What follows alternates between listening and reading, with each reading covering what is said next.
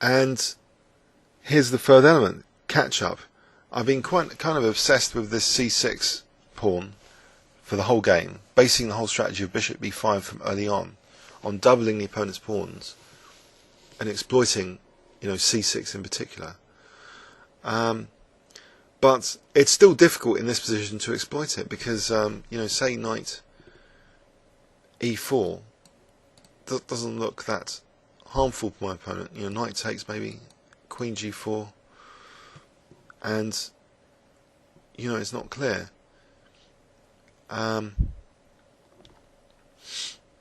Well, for example, king d3, I can see that f5 is going to be a pain. So again, I can't take on c6. My king's getting more exposed. So basically, here is where there's a very important principle that sometimes the more strategic the position is, or the more you're focused on one of your plans. I've noticed, particularly in post-mortems of blitz games, that you're entrenched in your own plan and you don't catch up to the fine details of the current position. And here there are some fine details in the current position which gives white a massive advantage. So maybe I've distracted you talking about this c6 pawn and highlighting it in green, but can you see how white can win this? If I gave you 5 seconds starting from now. Okay, it so happens outrageously that believe it or not, the black queen is kind of getting checkmated. It's run out of squares after rook h1.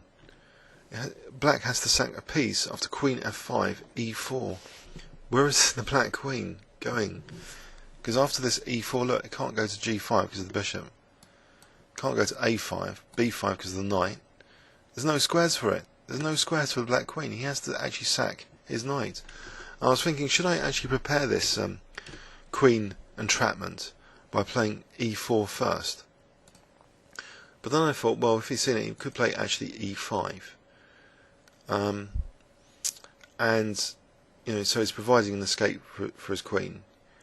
And, maybe he can play on here with knight h5, for example. So I haven't won a piece or anything. And maybe later this knight actually might be good. Knight e6 to e6, knight g7 to e6, or g5 and knight f4. So I just chose the more clear-cut method, assuming he would have been playing e5. And actually, Rybka likes my move as being apparently one of the best moves on a certain depth. Anyway, so just rook h1, force the queen to go to f5 first, then play e4. So he's forced to sack his knight. So he plays knight takes e4, I take, whole piece up. Thing is, my king's still in the centre. I want to remain cautious about this. I think it's easy to kind of lose this position sometimes when your king's kind of exposed in general. So he plays h5. So how do I break him down here?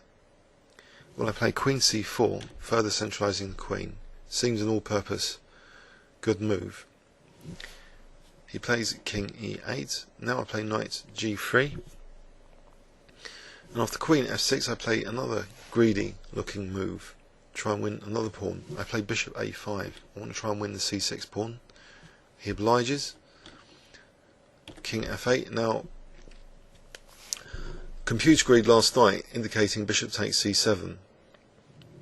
I didn't have the audacity to do that. I just thought if I play bishop c3, that would be kind of safe and strong. So bishop c3, although bishop c7 is there's nothing wrong with it. So bishop d6, and now I can have a little fork there. F-O-R-K, fork, as in kitchen fork. Queen f4, and I can win another pawn now, bishop d2. So he's going downhill. He's losing pawn after pawn after pawn so far. So knight takes d6, winning another pawn. So I'm actually a pawn up and a bishop up. But he's playing on. And here I don't calculate properly, actually. I really wanted to play queen e5. and I thought queen c2 would be dangerous. It would be justifying his whole position, queen c2, because if he can take on a2, then a rook's going to take on b3, and all of a sudden I've given him counterplay. And I did briefly look at rook takes h5, but didn't find anything here because I'm threatening mate on 1. But Rybka looked at this and instantly saw that white was winning this. So check, and here the killer move is queen d6. This would be killing because king e8, rook g8 is mating. Rook e7, the b8 rook is now in pre. So check, check, and here in this position rook c1, end of game, because rook c8 and queen e7. So I didn't see that variation, although I really wanted to play queen e5. So instead I faffed around. I played rook bc1, just guarding the c2 square. He plays check. I play rook c4. After rook d7 I'm starting to regret.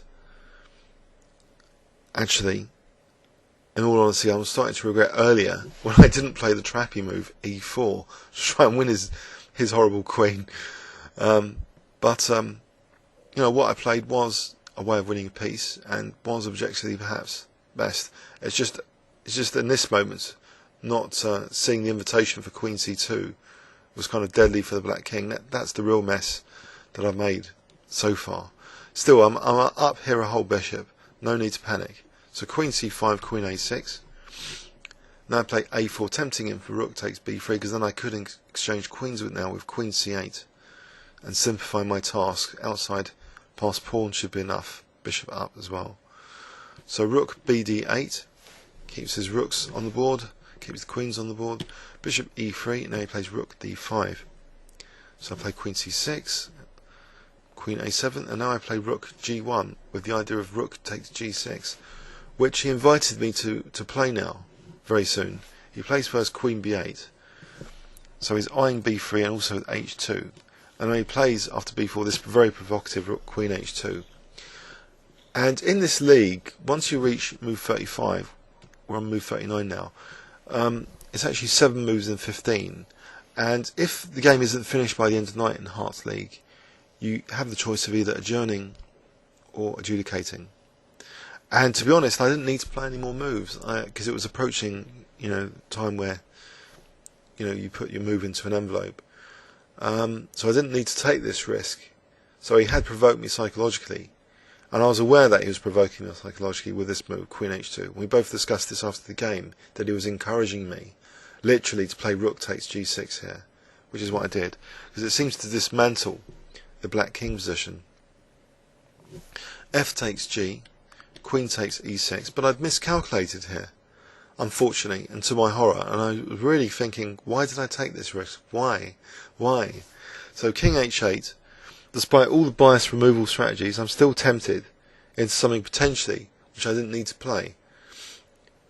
On the other hand, it's nice to be able to finish the game on the night.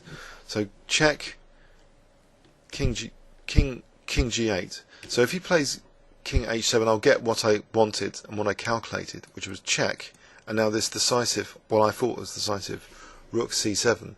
So unless he's going to give up his queen or a rook, this is all over. But he didn't play that, he played just king h8, so he's keeping my rook out of c7. So I win another pawn, though. Sorry, he played king g8, so he's keeping my rook out of c7, and I win another pawn. So I've got 3 pawns for the rook sack. But is it concrete? Is there a concrete win here?